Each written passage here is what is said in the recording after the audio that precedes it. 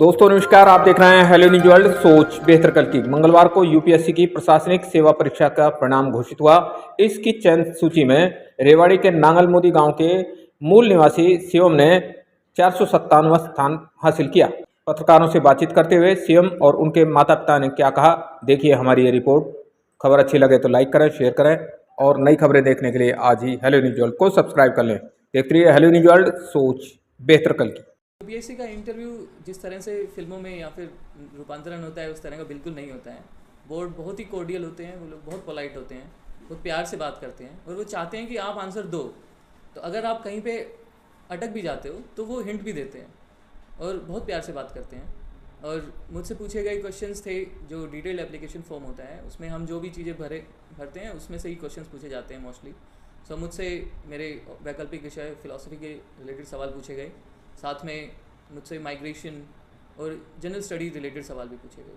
कितने लोग थे उसमें? एक दो क्वेश्चन की बात करें ताकि जो पता लगे लोगों को हाँ वो किस तरह से होता है, वो भी सहज हो सकें। Yes sir.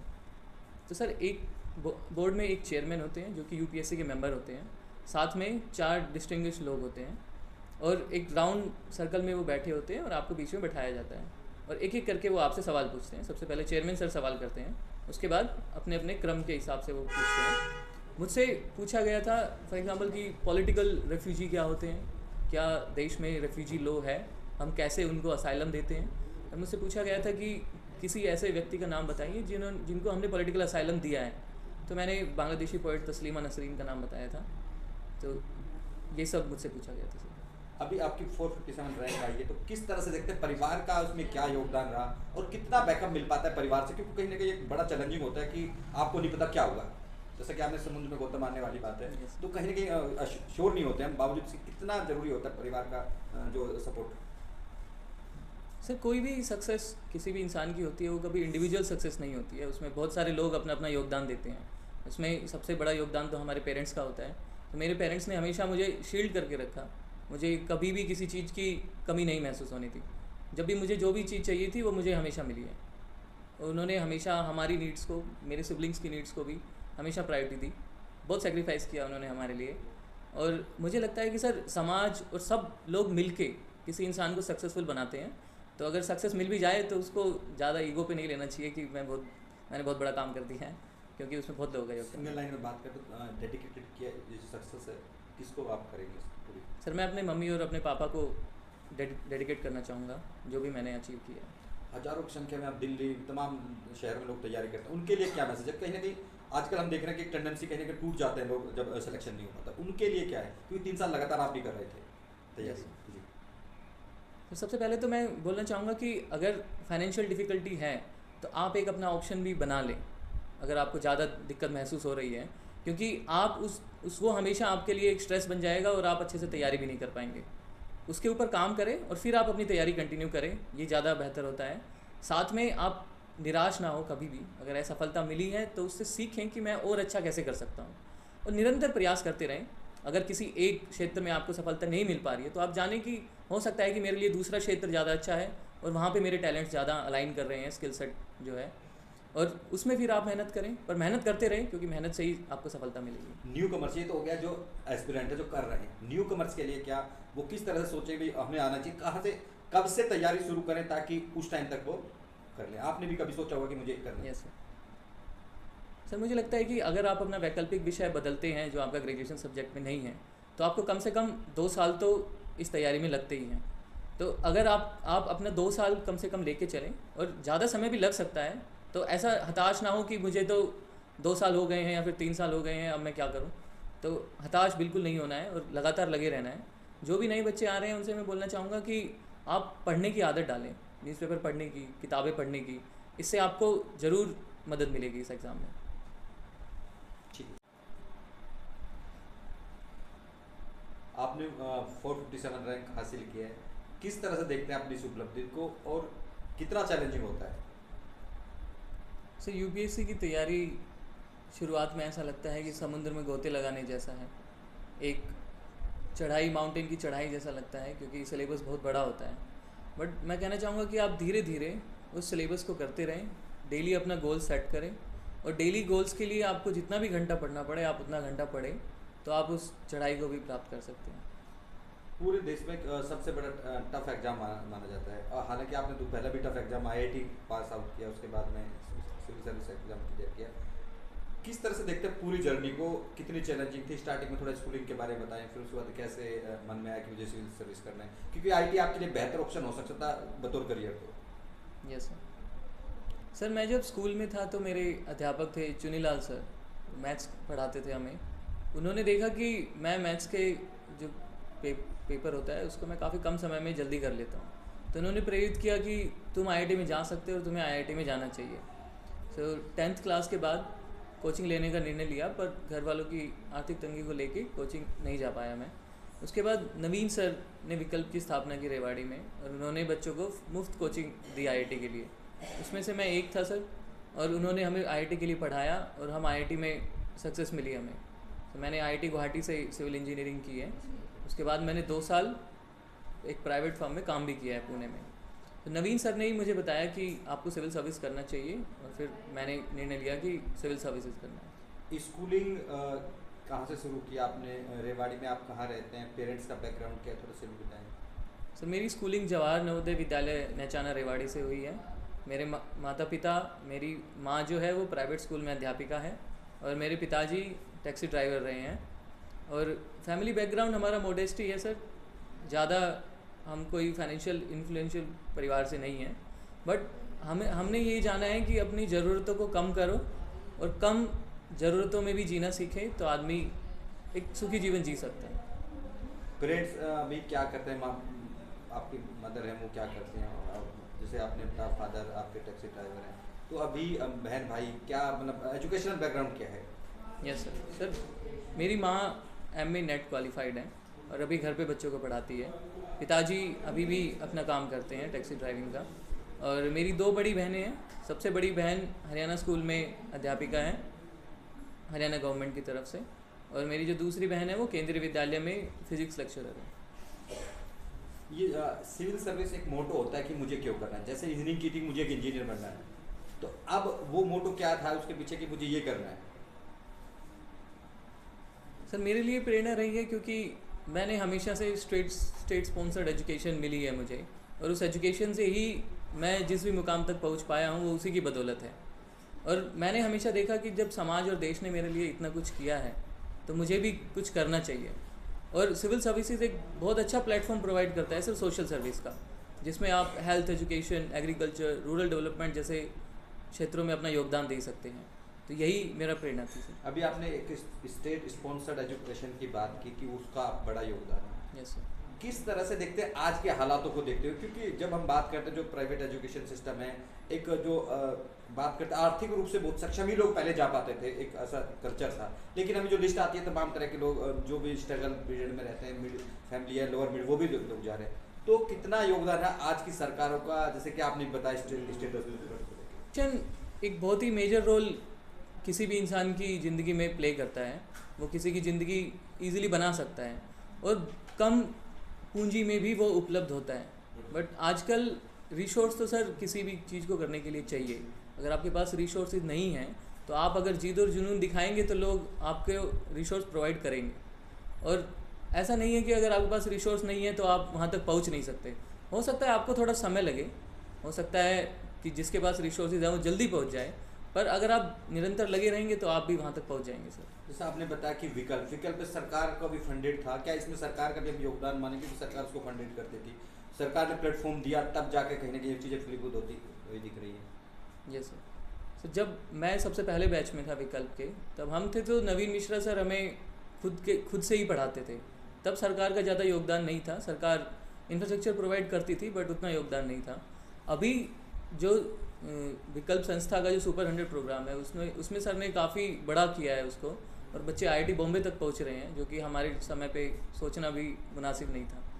तो मुझे लगता है कि सर ये हमारे समाज के लिए गेम चेंजर हो सकता है और बच्चे और ऊंचाइयां प्राप्त करेंगे शायद उस इनिशिएटिव से। अपने एजुकेशन सिस्टम में कहाँ क्या देखते हैं कि पूरे सिस्टम में आपने लोअर से लेकर हायर तक आप पहुँचे, इंजीनियरिंग फील्ड से गए, तो कहाँ देखते हैं कि कहाँ सुधार करने की जरूरत ताकि और बच्चों को भी मौका मिले, वो भी ज़्यादा से ज़्यादा आ सके हमारे सराउंडिंग से? तो सबसे पहला तो सर प्राइमरी एजुकेशन पे हमें फोकस करना चाहिए, क्योंकि वो किसी भी बच्चे की नींव होती है, और अगर नींव खराब हो जाए तो उस पर सुपर स्ट्रक्चर बनना बड़ा मुश्किल होता है। सिविल इंजीनियरिंग में भी मैंने सीखा है। प्राइमरी पे हम ध्यान दें, बच्चों को इंफ्रास्ट्रक्चर प्रोवाइड करें, अच्छे टीचर एजुकेशन, टीचर ट्रेनिंग पे हमें फोकस करना चाहिए। साथ में सर स्कॉलरशिप्स वगैरह, जो गरीब तबके से बच्चे आते हैं उनके लिए वो एक लाइफलाइन बन सकती है। जब उनके सामने यही ऑप्शन होता है कि या तो मैं काम करूं या फिर अपनी एजुकेशन कंटिन्यू रखूं, तो स्कॉलरशिप देना बच्चों को, बच्चों की आर्थिक रूप से भी सहायता करना, ये बहुत ज़रूरी होता है सर। पढ़ते कितना थे और आपके पास सब्जेक्ट्स क्या थे, ऑप्शनल में क्या था, थोड़ा बच्चों को बताएं ताकि कोई लोग मोटिवेट हों, आपसे कुछ सीखें, कुछ वो बच्चे आपसे सीख के आगे बढ़ें। सर मेरा ऑप्शनल फ़िलासफ़ी था, और पढ़ाई के लिए सर ऐसे कोई घंटे फिक्स नहीं रखता था मैं, बट मैं निरंतर पढ़ाई की है मैंने 2-3 साल, और मैं अपने डेली गोल्स बनाता था, और वो डेली गोल अचीव करने के लिए जितना भी घंटा पढ़ना पड़े मैं पढ़ता था सर। और बीच बीच में ब्रेक्स भी लेता था, घर पे आता था, और दिल्ली में रह के ही मैंने अपनी तैयारी की। अभी आप कोचिंग, क्योंकि आपने बताया कि इंजीनियरिंग के बाद आप जॉब भी करते, अभी ड्रॉप किया हुआ था या फिर इसके लिए आपने कोचिंग कर रहे थे इसके लिए? सर 2021 में मैंने अपनी जॉब छोड़ दी थी, और उसके बाद मुझे 3 साल हो गए इस तैयारी को करते हुए, और कोचिंग मैंने कहीं से नहीं ली है, बट मैंने फ़िलासफ़ी की कोचिंग ली थी वैकल्पिक विषय की। जिस तरह से बाबूजी बता रहे थे कि 9 पास जब आप शादी हो गई थी तब आए थे, और आपने खुद नेट क्वालिफाइड किया, बच्चियों को पढ़ाया, रात बेटा कहीं यूपीएससी का एग्जाम क्लियर करके आया, तो क्या किस तरह से देखते हैं पूरे सफ़र को? इसको सफ़र सर आसान तो नहीं था, पर ये था कि इम्पॉसिबल कुछ नहीं होता, क्योंकि मेरे फादर आर्मी से थे, तो शुरू से ही हमें ये प्रेरणा तो मिली हुई थी कि कठिन परिश्रम करे तो कुछ भी कर सकता है इंसान। तो उन्होंने हमारी परवरिश बिल्कुल बेटों की तरह ही की थी।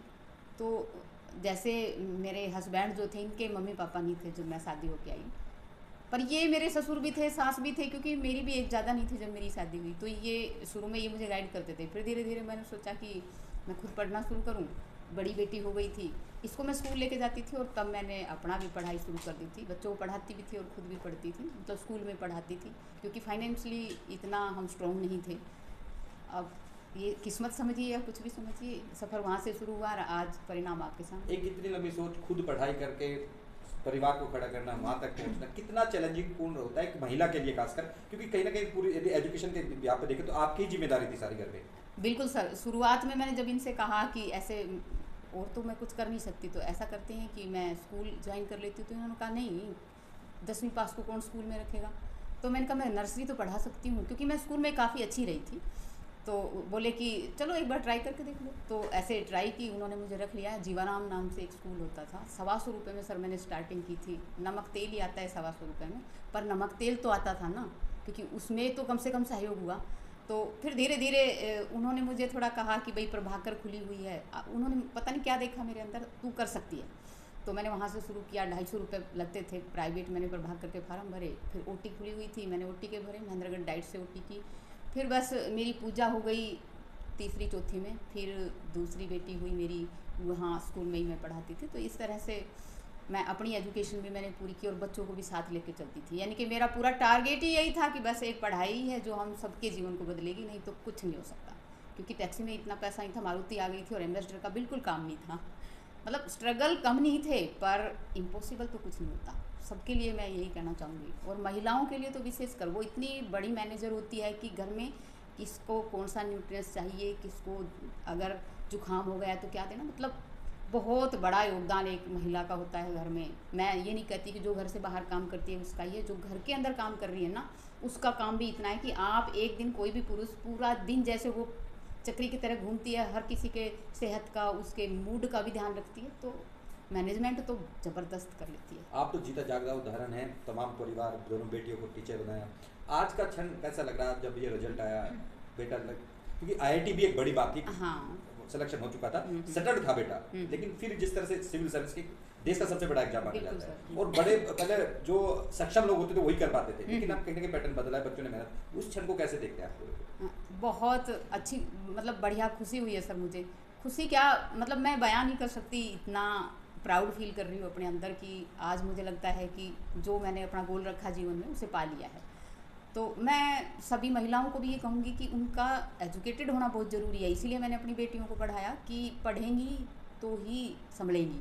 बिना पढ़े तो समझ नहीं होती उनको, क्योंकि आप समझ सकते हैं ना। और फिर मैं तो चाहती थी कि मेरे हस्बैंड भी पढ़ें, कोशिश भी की सिखाने की काफ़ी, पर नहीं, इनका काम ऐसा था कि ये टाइम नहीं दे पाते थे।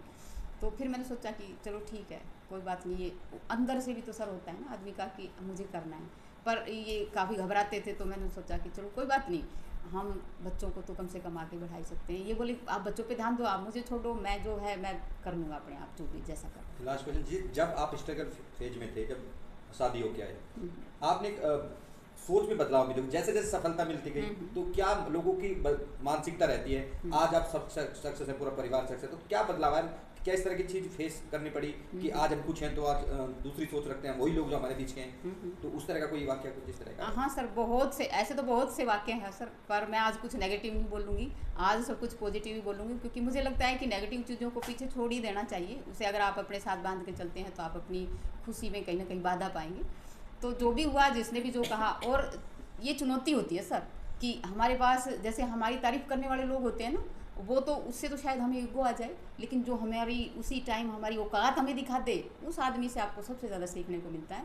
तो उसे चेतावनी समझ के, एक चैलेंज समझ के आप तभी आगे बढ़ते हैं, मुझे ऐसा लगता है। बहुत अच्छी तरह से देखते हैं जी, बहुत खुशी है मेरे को जो मेरे बेटे ने की है, मेहनत आज सफल होगी, हमारी भी, इसकी बेटे की भी बहुत अच्छी हुई। कभी सोचा था बेटा इतनी बड़ी सफलता हासिल करेगा? कभी दिमाग में आई थी बात कि भाई बेटा IAS बन जाएगा? मैं तो सोचता रहता था पहले से ही। अब मैं ड्राइवर हूँ, टैक्सी ड्राइवर, लेकिन मेरे बच्चे थोड़ा आगे बढ़े, जभी तो देश आगे बढ़ेगा। कुछ हम अगर ऐसे ही चलता रहेगा, टैक्सी चलाते रहेंगे, तो फिर आगे कैसे बढ़ेगा। तो मेरी सोच तो हमेशा ही हो रही है कि बच्चे मेरे कुछ बने। 2 बेटी है, मेरी टीचर है, बेटा है मेरा ये IAS बनेगा, तो मेरे को बहुत खुशी है।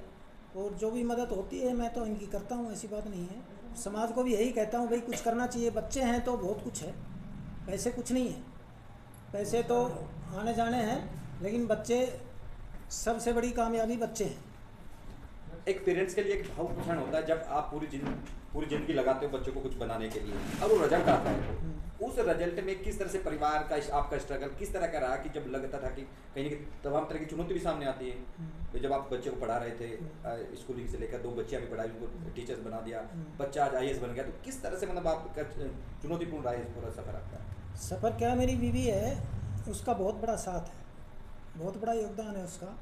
मैट्रिक पास आई थी, आज MA-NET क्वालिफाई है, अपनी पढ़ाई भी करी है उसने, और मेरा भी साथ दिया है, बच्चों का साथ भी दिया है। मेरा खाना बनाती थी वो, और मैं तो टैक्सी चलाने वाले, तो आपको पता है सब कोई अपना काम ही कर सकते हैं। आप कितना पढ़ा लिखे हैं? मैं तो बस 5-7 पढ़ा लिखा हूँ, ज़्यादा नहीं हूँ। लेकिन मेरी मैडम है, बाद में पढ़ी है, 9th पास थी। बच्चों को भी, आप भी पढ़ी है, बच्चों को भी पढ़ाया है, और इसका ही बड़ा योगदान है मेरा। और समाज का भी जो मिलते हैं लोग, मेरे बहुत रिस्पेक्ट पहल से ही करते हैं, पता नहीं क्या बात है, कुछ पहल से रिस्पेक्ट करते हैं लोग, तो इसलिए मेरे को और रिस्पेक्ट मिली है, भगवान ने और खुशी दे दी मेरे को।